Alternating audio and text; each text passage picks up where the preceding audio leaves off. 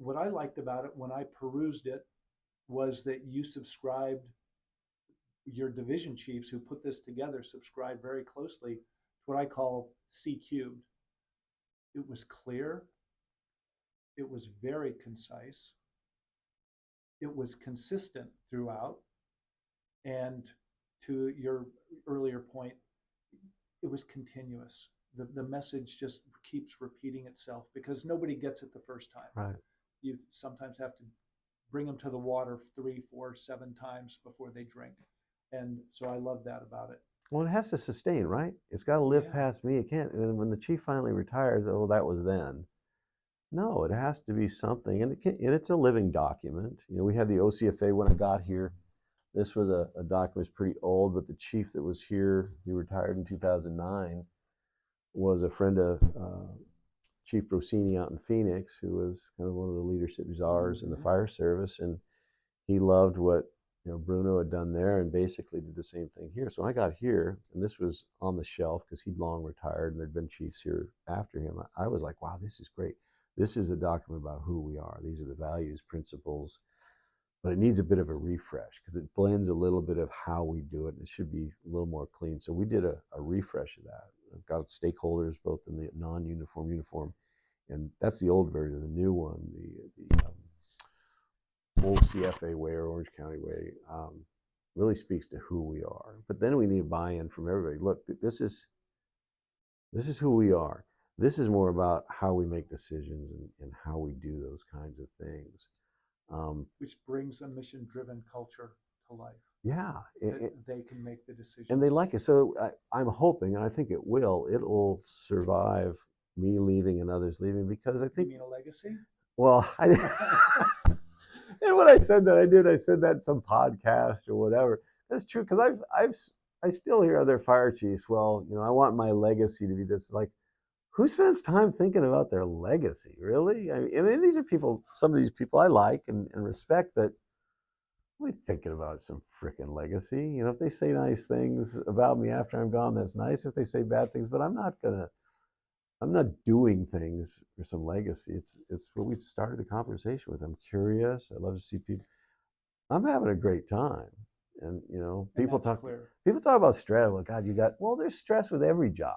It doesn't matter what level you are. Well, no, you got the Yeah, but God, what an adventure, man. I'm having a hell of a time. Yeah, I got 25 bosses, this board.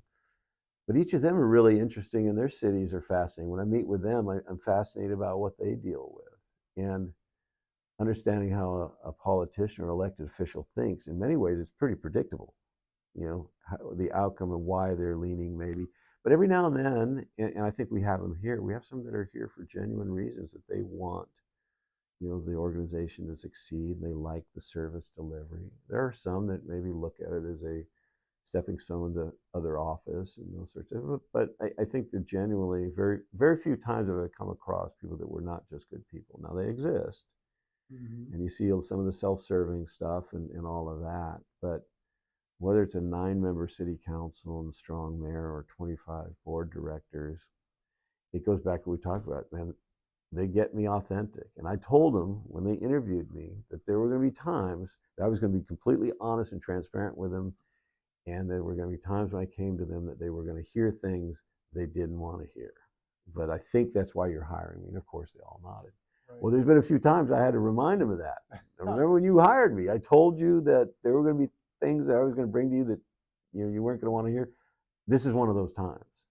What are they going to say, right? And as long as they know what they're buying, and a lot of them have moved on, and the board, there's probably only 5 or 6 left from when I got hired. That's how much the transition goes. Is I'm now in a position where I am going to speak truth to power. And if some elected on the dais is and they're way off, I'll be respectful, but I'm not going to lay back and not say anything. I will challenge them openly.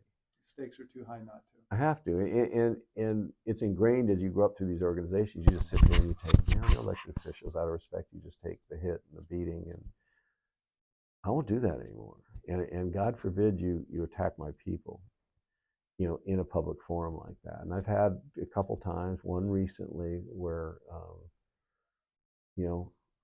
some of my my procurement staff were challenged unfairly, and I stopped it right there. I jumped in on the mic and said, "You hired me. If you've got an issue with these people, are all working really hard and they're doing things for all the right reasons." And I talked to that individual after the meeting and done that a few times and told them I'd appreciate it if they had questions or something, to me.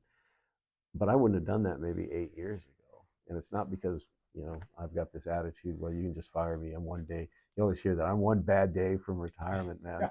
I hear that all the time from guys. It's like, no, that's not it. It's just, you don't treat people that way. People need to be treated with respect. I don't care if you're an elected official or not.